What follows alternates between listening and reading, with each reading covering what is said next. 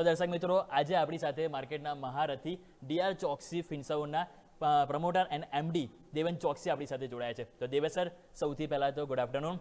માર્કેટને sir થોડુંક વિસ્તારથી આજે સમજવું બહુ જ ઇમ્પોર્ટન્ટ છે, કારણ કે તમે જુઓ તો જે રીતે માર્કેટમાં થોડું ટેન્શન હતું ગ્લોબલ બજારનું, કે ગ્લોબલ તણાવ જે વધી રહ્યો હતો, રૂપિયો નવા રેકોર્ડ લો ઉપર બનાવ્યો હતો, પરંતુ ધીરે ધીરે ત્યાં થોડોક સુધારો આવી રહ્યો છે.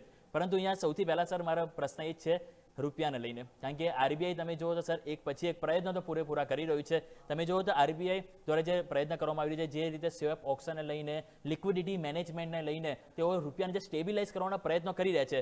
પરંતુ પ્રશ્ન એ છે કે આ પ્રયત્નો શું ટેમ્પરરી છે કે ક્યાંક ને ક્યાંક અહીંયા એક પરમેનન્ટ સ્ટેબિલિટી આવતી જોવા મળી શકે છે? તો આને લઈને શું અહીંયાથી એગ્રેસિવ ડોલર ઇન્ટરવેન્શન કે એવું કંઈક કરી શકે, કે પછી પોલિસી રેટમાં કોઈ સ્ટેન્સ ફેરફાર કરી શકે? આવનારા દિવસોમાં સર કઈ રીતે જોઈ રહ્યા છો sir? Good afternoon. So good afternoon, Yomik. Well, I guess મોટો ક્રુશિયલ પોઈન્ટ અહીંયા એ છે કે ક્રૂડ ઓઇલના ભાવ જે અત્યારે લગભગ $98-99 પર બેરલ બ્રેન્ટના ભાવ થયા છે આજે, because of the possibility of agreement reaching out with Iran. જે પોસિબિલિટી ફર્ધર ટ્રાવેલ થવાની હોય અને ક્રૂડના ભાવ લગભગ $75-80 વચ્ચે સેટલ થવાના હોય, તો સર્ટનલી આઈ થિંક આ એક બહુ પોઝિટિવ મૂવ ગણાશે કરન્સી માટે. કારણ કે જે કરન્સીની ઉપર જે ડેપ્રિસિએશનનું પ્રેશર છે રૂપિયાના ડોલરની સામે, એ પ્રેશર પણ અહીંયાથી સબસાઇડ થતું આવે. અને જો કરન્સી અને ક્રૂડ બંને ઘટે તો ઓબ્વિયસલી જે ઇન્ફ્લેશનનું જે પ્રેશર છે એ પ્રેશર પણ ત્યાં આગળ સબસાઇડ થાય, એ ઘટવાનું સ્ટાર્ટ થાય. ઇન્ફ્લેશન નહીં વધે અથવા એના પ્રોસ્પેક્ટ ઘટવા માટેના રહેતા હોય તો કદાચ ઇન્ટરેસ્ટ રેટને પણ નહીં વધારવો પડે, એ બી એક પોસિબિલિટીને આપણે રૂલ આઉટ નથી કરતા. સો આ એક સંકળાયેલો વિષય છે, crude oil to currency to inflation to interest rate. એક વિષયને આપણે સમજી લઈએ એ સારું છે આપણે માટે. અમે એવું માનીએ છીએ કે અત્યારની તારીખમાં સિચ્યુએશન એટલી બધી થ્રેટનિંગ નથી, પરંતુ આ જો વોર સિચ્યુએશન જલ્દી કન્ક્લુડ નથી થતી તો એને કારણે એના કોન્સિક્વન્શિયલ ડેમેજીસ આવી શકે છે, જેની આપણે લોકોએ જાણ રાખવી જરૂરી બને છે. Overall I think we remain positive about Indian markets.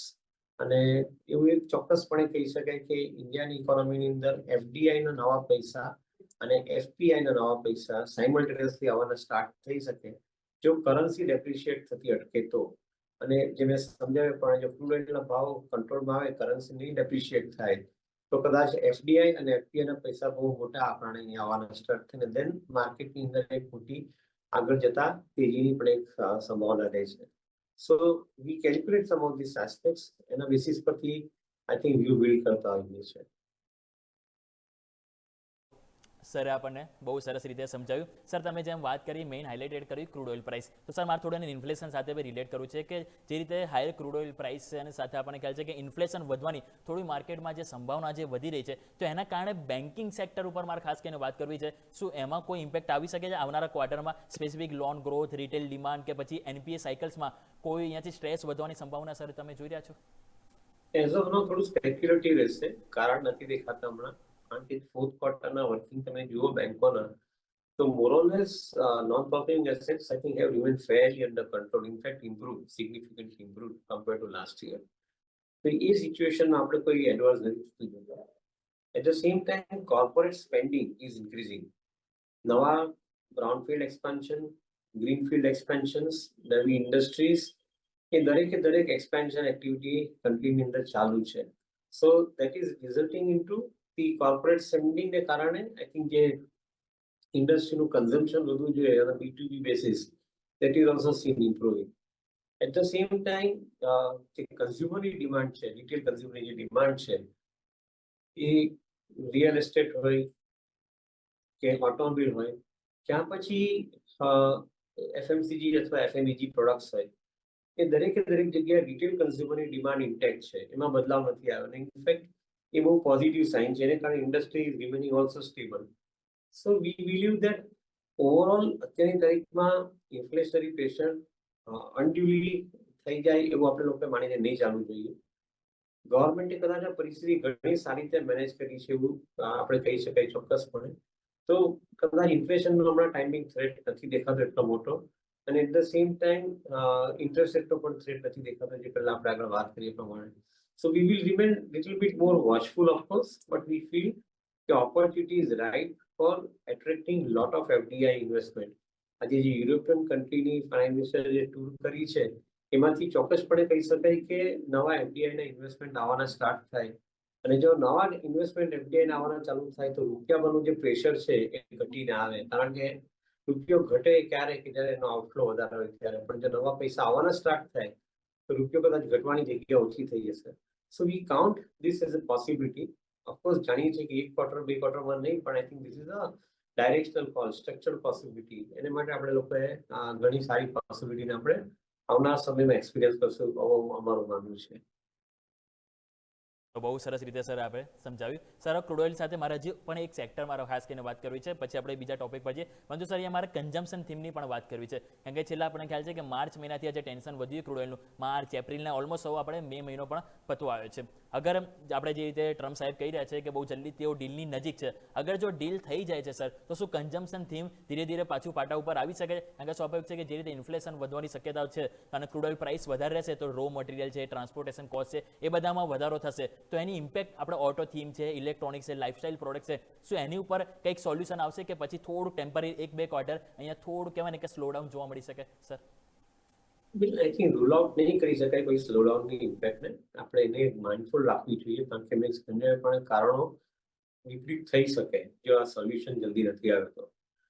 પરંતુ એઝ ઓફ નાઉ એવું લાગે છે કે દરેક ક્રાઇસિસમાં જે એક ઓપોર્ચ્યુનિટી ઊભી થાય, એક આ ક્રાઇસિસમાં પણ એક ઓપોર્ચ્યુનિટી ઊભી થઈ છે. સિન્સ યુ મેન્શન ઓટો, અમે એવું માનીને ચાલીએ છીએ કે જે ઇલેક્ટ્રિક વ્હીકલ તરફ મૂવ થવા માટેનું જે આપણે એક કારણ જોઈતું હતું, એ આ કારણ અત્યારે આ ક્રાઇસિસમાંથી બહાર આવી શકે એવું લાગે છે.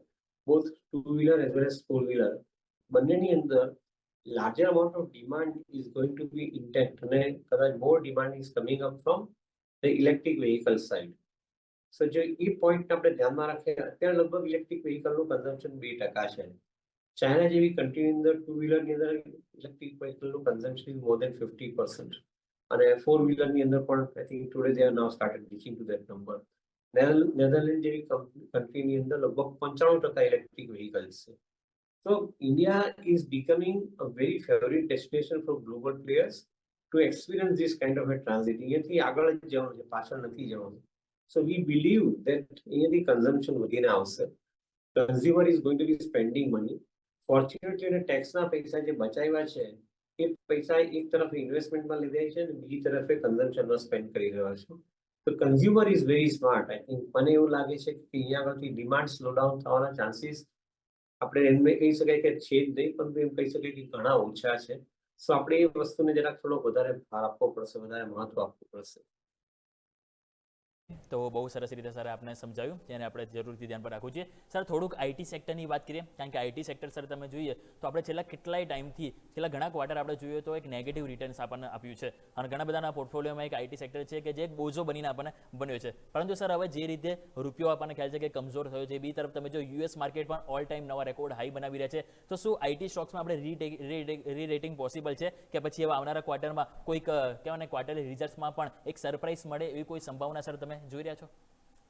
In fact I think it's a very good point, કારણ કે તમે માઇક્રોસોફ્ટ જેવી કંપનીનું તમે રિસન્ટ અનાઉન્સમેન્ટ જુઓ, અથવા વર્લ્ડના બીજા મોટા કોર્પોરેટ્સના તમે આઈ થિંક કોર્પોરેટ કોમેન્ટ કે ક્વાર્ટરના રિઝલ્ટ સાથે તમે સાંભળો, તો એની અંદરથી એક વસ્તુ ક્લિયરલી બહાર આવી છે કે every single company is now providing for a capex budget for AI. That means કે એ લોકોના એન્વાયરમેન્ટની અંદર એઆઈ એડોપ્શન માટે they are now providing capex budget. જે પહેલાના ટાઈમે કેવું હતું કે કેપેક્સ બજેટ ફક્ત પ્લાન્ટ એન્ડ મશીનરી માટે અથવા ઓફિસમાં બિલ્ડિંગ માટે એ લોકો પ્રોવાઈડ કરતા હતા. હવે આજની તારીખની અંદર એઆઈ માટે કેપેક્સ બજેટ પ્રોવાઈડ કરવાનું સ્ટાર્ટ થયું છે. ધેટ મીન્સ કે consumption for AI related activity is going two increase. અને ત્યાં આગળ જે ઇન્ડિયાની આઈટી કંપનીઓ છે એને માટે એક સરસ મજાનો સમય આવી રહ્યો છે, કારણ કે Indian IT companies are fast adapting to the AI way of working. In fact ઘણા બધા લોકો ઇન્ક્લુડિંગ એનાલિસ્ટોએ આ વસ્તુને બહુ જ જનરલાઇઝ કરી નાખી હતી, કે જેની અંદર they started conveying કે because of AI the IT સર્વિસીસની જરૂર નહીં પડે. On the contrary, situation is other way around. Because of the AI, IT services will be enabled faster, અને એને કારણે કદાચ requirement of IT services will grow and not come down.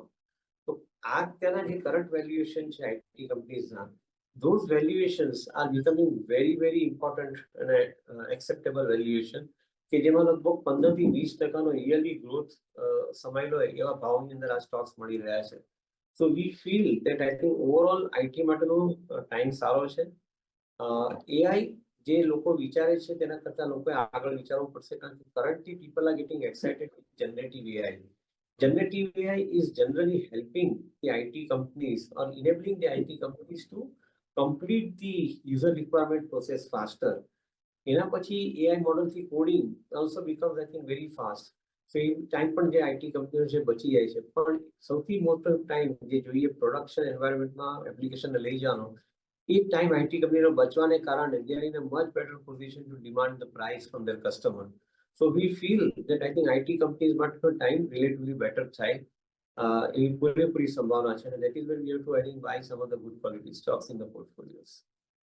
Okay, બહુ સરસ રીતે સર આપણને સમજાવ્યું કે શા માટે આઈટી સેક્ટરને અહીંયાથી આપણે મહત્વ આપવું જોઈએ. થોડીક સર વાત કરીએ એફઆઈઆઈની, કારણ કે એફઆઈ આપણે જોઈએ તો છેલ્લા કેટલાય ટાઈમથી ઇન્ડિયન માર્કેટમાંથી પૈસા ઉપાડી રહ્યા છે, અને જે રીતે હાલ આપણને ખ્યાલ છે કે આપણા ભારતીય માર્કેટના જે વેલ્યુએશન પહેલાં એમને ઘણા મોંઘા લાગી રહ્યા હતા, ઉપલા સ્તરેથી આપણા ખાસે નીચે પણ આવી ગયા. તો હાલના માર્કેટને જોઈને, જે વેલ્યુએશન અને સ્ટેબિલિટીને જોઈને શું આપણે જે ફોરેન ઇન્વેસ્ટર છે એમની શું વાપસીની કોઈ આશા રાખવી જોઈએ, કે પછી હજુ પણ ગ્લોબલ અનસર્ટિનિટીને કારણે આ જે પ્રેશર છે બન્યું રહેશે સર? જે ફોરેન પોર્ટફોલિયો ટ્રેડર છે, તમે એને ઇન્વેસ્ટર કહો છો, હું એ લોકોને ટ્રેડર કહું છું, કારણ કે એ લોકો ઇન્ડિયામાંથી પૈસા શિફ્ટ કરી ને તાઇવાન ને સાઉથ કોરિયન માર્કેટમાં લઈ જાય છે, વિધિન ધ ઇમર્જિંગ માર્કેટ બ્રેકેટ્સમાં જોવા જાવ તો.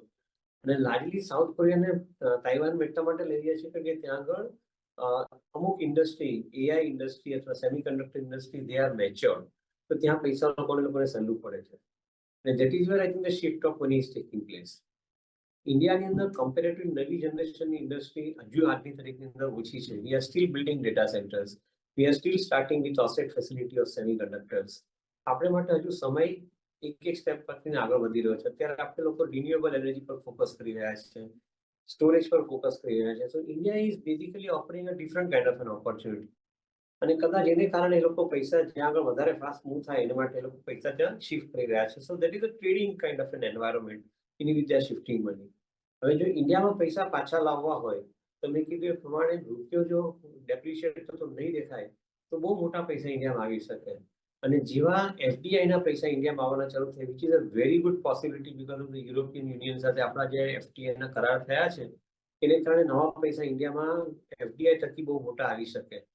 અને જો એ પૈસા મોટા આવવાના ચાલુ થાય તેની સાથે એફપીઆઈના પૈસા પણ આવવાના સ્ટાર્ટ થશે. તો it is FDI is going to be an enabler to attract more amount of FPI money. And that is where probably our market wants to see the sustained flow of money in our economy. Maybe અત્યારના જે flow out થયા છે પૈસા, એ કદાચ વર્સ situation આપણે experience કરી છે. અહીંયાથી કદાચ બેટર સિચ્યુએશન આવવાના પૂરેપૂરા આપણે અવસર દેખાઈ રહ્યા છે, એટલી સંભાવના દેખાઈ રહી છે. ઓકે, તો બહુ સરસ રીતે સર આપણે સમજાવ્યું છે, જેને આપણે જરૂરથી ધ્યાન પર રાખીશું. સર હવે થોડું ગ્લોબલ સિચ્યુએશનની જે રીતે આપણે ધ્યાન પર વાત કરી રહ્યા છે, તો સર એવામાં એકચ્યુઅલી સ્માર્ટ મની જે હોય છે એકચ્યુઅલીમાં શિફ્ટ ક્યાં થઈ રહ્યું છે? ડિફેન્સ જે સેક્ટર કહેવાતું હોય, લાઈક ફાર્મા છે, સાથે આપણને કે એફએમસીજી, આઈટી, એમાં કે પછી જે અમુક જે કહેવાય ને કે ડિફેન્સ સેક્ટર છે, એક્સપોર્ટ ઓરિએન્ટેડ થીમ છે, એમાં પોઝિશન સર અત્યારે હાલ વધારે વધી રહી છે sir? Well, I guess I think you rightly said કે જ્યાં આગળ તે દરેકમાં પોઝિશન મોટી એક્સપોર્ટ રિલેટેડ બિઝનેસમાંથી પણ બની રહી છે. હવે જે ડિફેન્સમાં જે કંપનીઓ એક્સપોર્ટનો કમ્પોનન્ટ ધરાવે છે તેના માટે ફેવરેબલ ટાઈમ છે. સો એ પોઝિટિવ ગણવું જોઈએ આપણે. સિમિલરલી પોઝિટિવ ટાઈમ ફાર્માની અંદર ગણવો જોઈએ કે જ્યાં આગળ ઘણી કંપનીઓ એપીઆઈ અને સીડીએમએ મોડલ સાથે આગળ વધી રહી છે. સો એ લોકોને integration into the patented pharma company અથવા જનરિક ફાર્મા કંપની સાથે એ લોકોનો બિઝનેસ સારી રીતે સંકળાઈ શકે છે. તો એ બી એક એક્સપોર્ટની મોટી પોસિબિલિટી છે. જે મેન્યુફેક્ચરિંગ ક્ષેત્ર જે છે તેનામાં એક્સપોર્ટની બહુ મોટી પોસિબિલિટી ઊભી થઈ રહી છે, કારણ કે આપણે લગભગ 33 કન્ટ્રી જોડે ફ્રી ટ્રેડ એગ્રીમેન્ટ સાઇન કરી રહ્યા છે. અને દરેક કન્ટ્રી જોડે જે એફટીએ સાઇન કર્યા છે એનો રોલ આઉટ પ્રોસેસ છે 26-27 ફાઇનાન્શિયલ યર, એટલે આ વર્ષથી ચાલુ થાય છે. અને એ કદાચ એનું એક્સેલરેશન 27-28 અને 28-29ના વર્ષમાં વધારે આવશે. જો એ પ્રોસેસ આપણે ધ્યાનમાં રાખતા હોય તો એનું મેન્યુફેક્ચરિંગનો વર્ક છે એ આજથી ચાલુ થાય, અથવા એના ઇનિશિયેટિવ આજથી લેવાના ચાલુ થાય.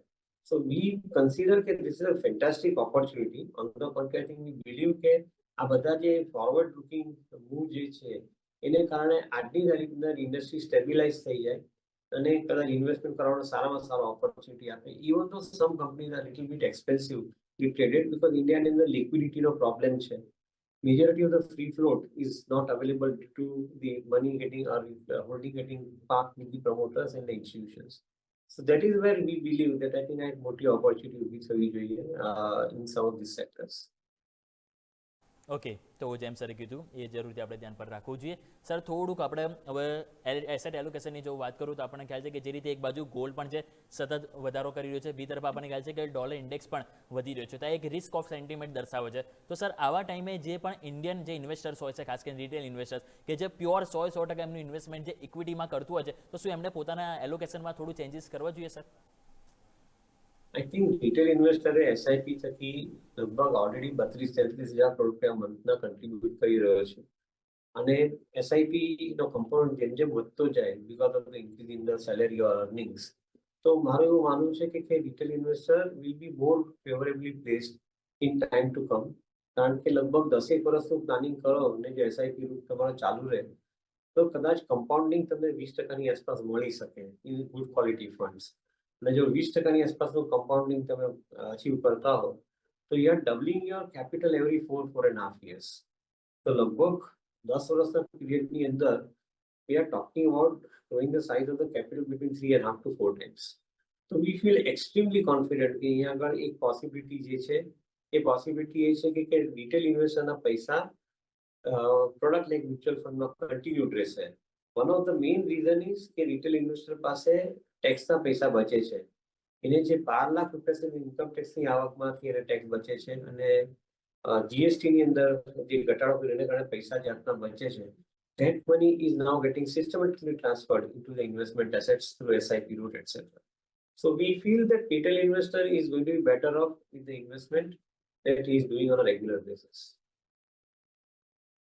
બહુ સરસ રીતે સર આપણે સમજાવ્યું. અને સર એક લાસ્ટ ક્વેશ્ચન હજુ પૂછવા માંગીશ રિટેલ ઇન્વેસ્ટર માટે કે રિટેલ ઇન્વેસ્ટર આપણને ખ્યાલ છે કે જે રીતે હાલ કરંટ મોમેન્ટમ આપણને જોવા મળ્યું છે માર્કેટ, તો એમાં સર મોમેન્ટમને ચેસ કરવું વધારે યોગ્ય રહેશે કે પછી ગ્રેજ્યુઅલી જે ફંડામેન્ટલી જે સ્ટ્રોંગ સેક્ટર હોય એમાં એલોકેશન વધારવું જરૂરી છે? અને અકોર્ડિંગ ટુ યુ સર કયા સેક્ટર છે કે જે આવનારા દિવસમાં એઝ અ લોંગ ટર્મ પર્પઝથી એક સારા ફંડામેન્ટલી ગ્રોથ આપણને એથી આપી શકે સર?